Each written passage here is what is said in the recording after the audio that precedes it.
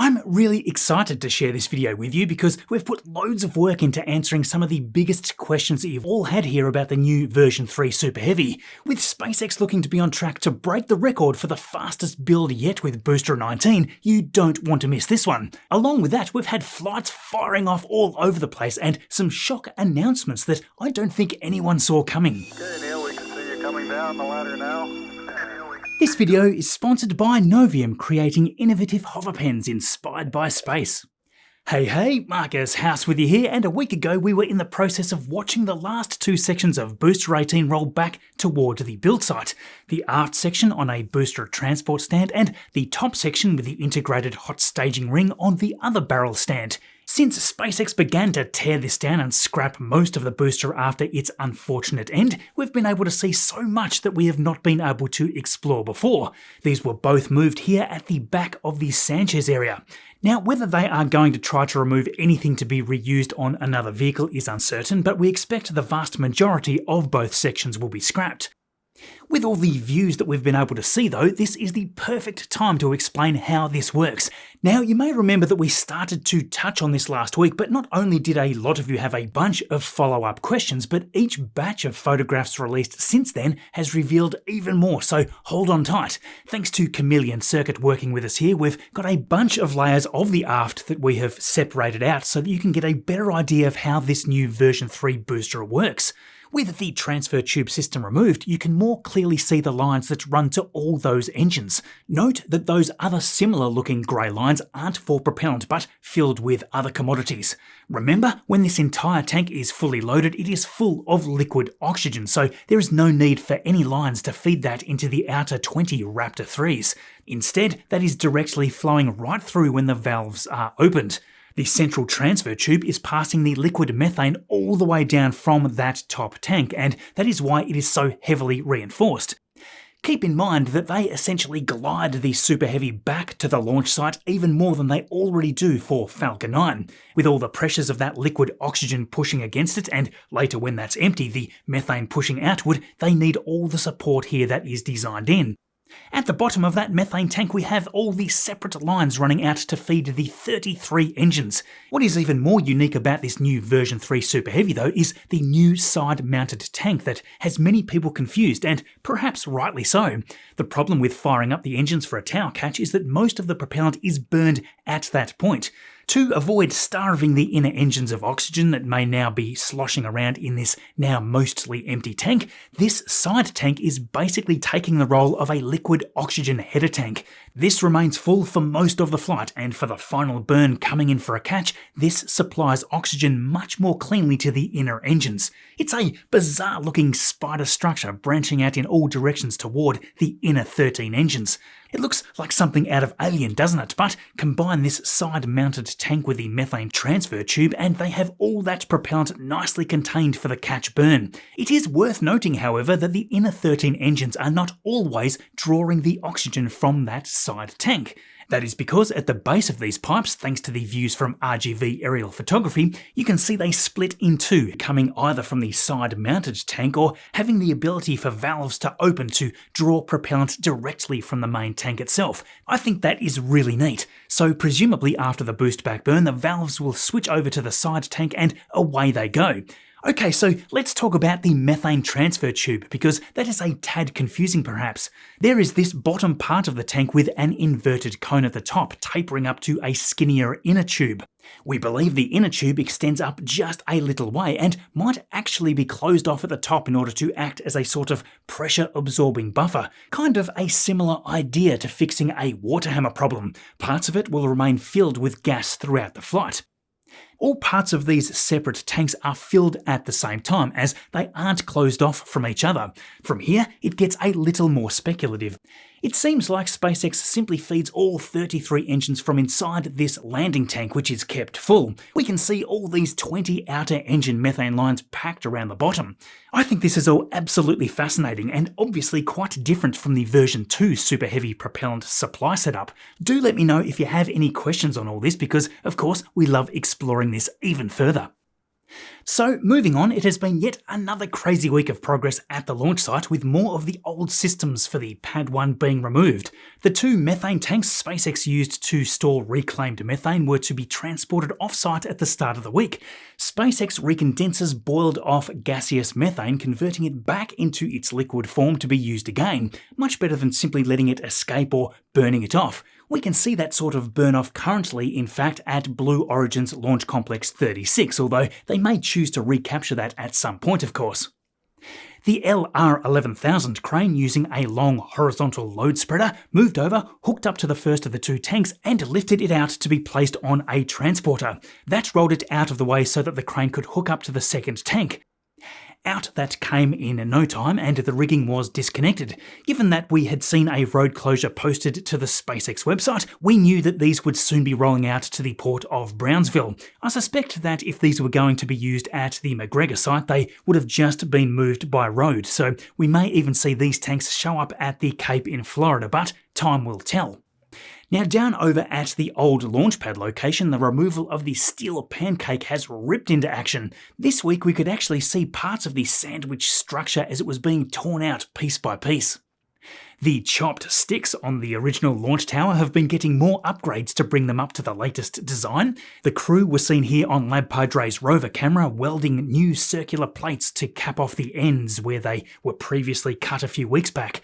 Great views as always from the Lab Padre camera team. Speaking of, you may have noticed Lab Padre mentioned Secret Nerdle out there on social media. The link is there below so that you can help discover the hidden secret. It sounds very mysterious, doesn't it? Anyway, at the new Pad 2 getting ever closer to completion, the methane quick disconnect hood has been reinstalled now, so both this and the liquid oxygen hood look nice and flush now. So although the visibility was pretty bad due to the weather at the start of the week, NASA Spaceflight managed to grab a nice view of this deluge test. Although they've done quite a bit of testing of this system, these aren't so much unique as a good demonstration that they are dialing the system in. When that first Super Heavy version 3 finally takes the stand, they'll have tested all this very thoroughly. There was also a second test here on Tuesday and a third on Wednesday afternoon. It still all appears to just be the flame buckets and the top ridge being tested so far, but quite long runs of the system. That does beg the question here as to whether SpaceX is doing these long duration tests just for qualification, or whether they plan to do static fire testing for that long, just as we've seen them do for the ships over at Massey's. Now, you may have previously spotted these clamp arm hoods, which had previously been seen stored here at the Sanchez area. Well, SpaceX has begun to lift and install these inside the launch mount ring. These will close over the top of the arms after they retract so that they have the gaps into the table sealed off from the fury of the 33 Raptor engines. Now, on Saturday, almost a week ago, the rapid progress with Booster 19's construction continued with the massive methane transfer tube. We had seen this first rolling in earlier, and it was quickly lifted and moved into Mega Bay 1. On Wednesday, we then had the rollout of that iconic-looking liquid oxygen side tank, which pairs nicely with the earlier explanation of how all this fits into the bottom of the Super Heavy. I tell you what, the speed that they have been running over Booster 19 has been quite astounding. The first version 3, Booster 18, took 71 days between the transfer tube rollout to when we saw the side oxygen tank. In fact, that was the longest delay between the sections for Booster 18.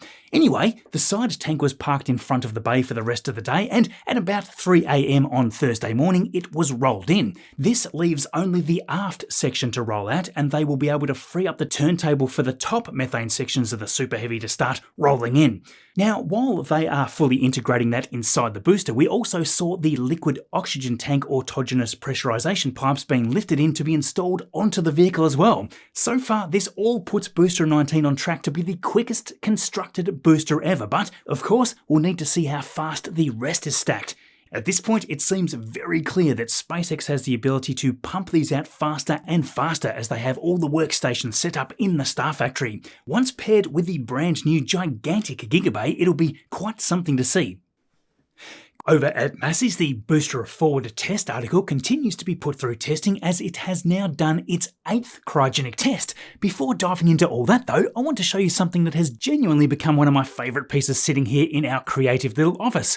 This is the Hoverpen Interstellar, and you can see if I just give it a bit of a spin there, it sits almost magically defying gravity on my desk. A huge thank you to Novium sponsoring this video, and from the comments I get when I show this off, it is certainly a well-loved addition for a whole bunch of you. It also happens that they just have a huge Christmas sale going on right now too. The Hoverpens are timeless additions to your space that instantly pulls people's attention, and that's exactly what they're designed to do. Novium's goal is to take that feeling of wonder that we all had the first time that we looked up at the stars and turn it into something that you can experience every day. The Hoverpen Interstellar sits here at a 23.5 degree angle to match Earth's axial tilt.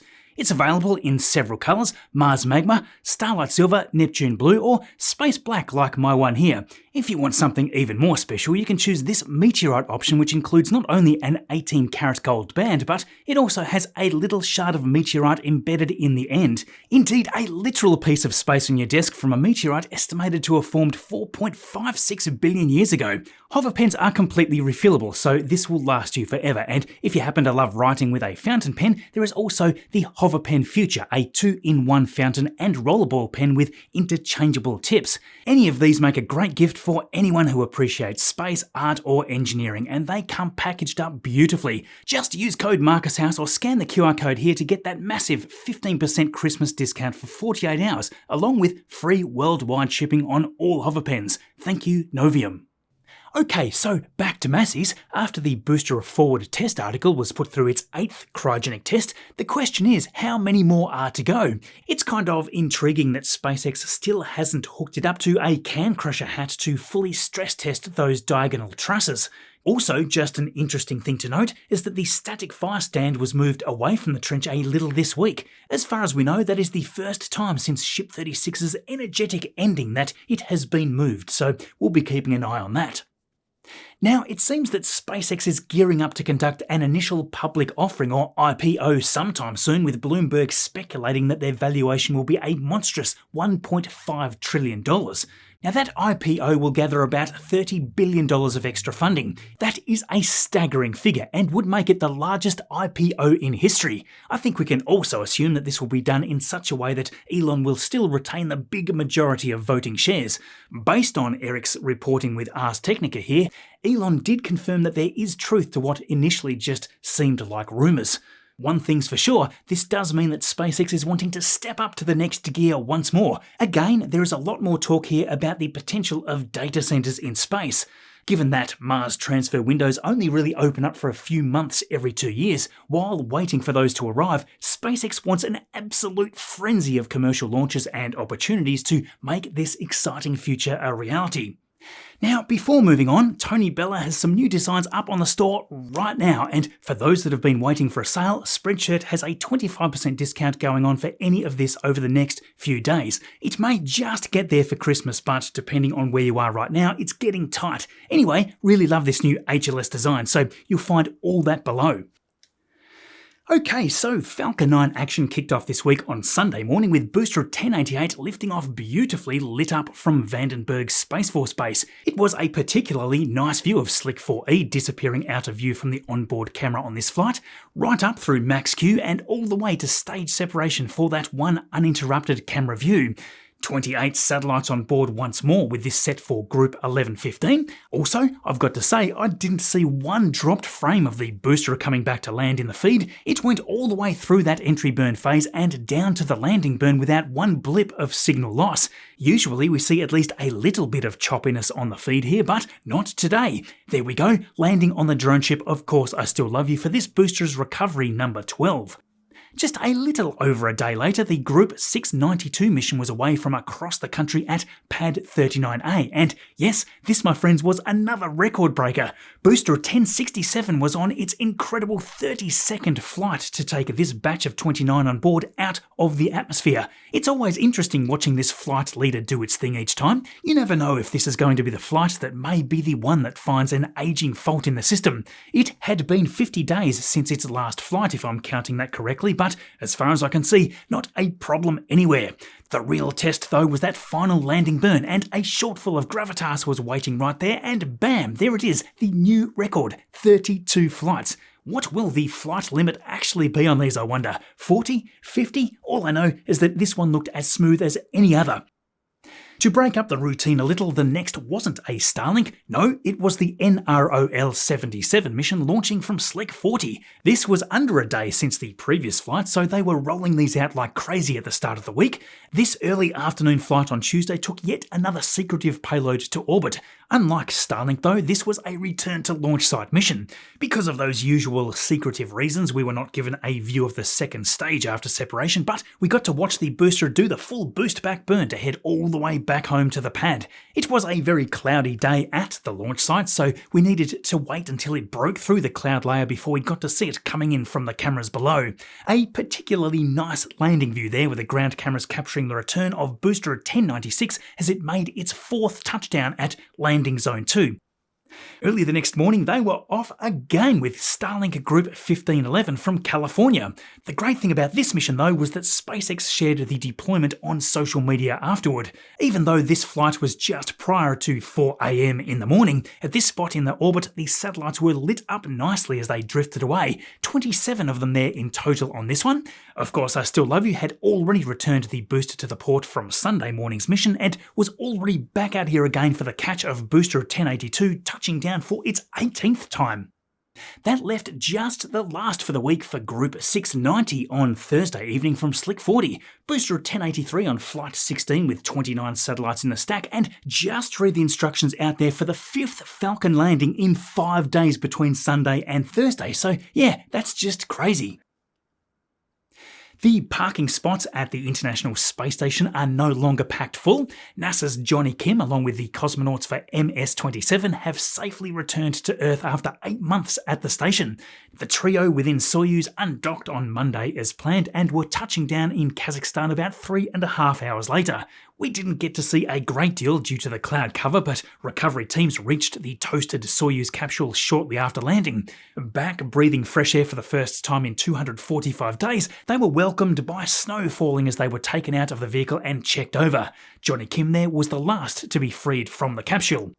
With his first flight into space now finally completed, can I just say how much I've appreciated all of the information that Johnny has shared back from this mission. I have got this entire thread linked in the description below because it is a real blast running over it all. One of the favourite videos that he did share was this time-lapse of SpaceX's CRS-33 Dragon docking to the forward port back in August. It's kind of hard to put into words why I love this sort of thing so much. The entire planet sped up like this just becomes this living, swirling artwork with the bright blues and the white cloud cover lit by the sun in a way that feels almost impossibly perfect. Just imagine showing this to someone 70 years ago. It would blow their mind. Well, it still does for me, but yeah, just getting to see some of the science work that he was involved with has been wonderful. With Xena, they worked on the microgravity bone loss study to help find therapeutic countermeasures to help protect astronauts on future long-duration missions.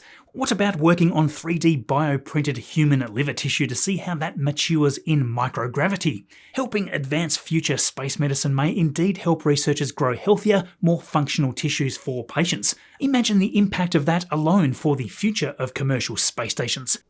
Speaking of, it has been fun watching VAST over the past month as they prepare for Haven 1. The Haven demo unit launched on the Bandwagon 4 mission last month has been ticking along beautifully as they have been sharing this week. I love the 4K images and videos that they've been posting. They've completed testing of redundant failover systems, calibrated the guidance, navigation and control systems, verified the propulsion tank heating system, and sent an over-the-air software update. Well, I guess over-vacuum update would be more appropriate in this case, but yeah, all of this pathfinding is proving that the technology also installed on Haven 1 is well tested.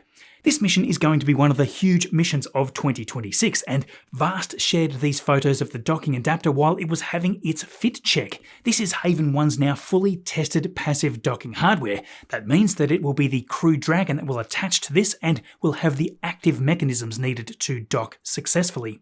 Assuming this all goes to plan, that means that we are looking at the first ever docking adapter for a commercial station. Very exciting.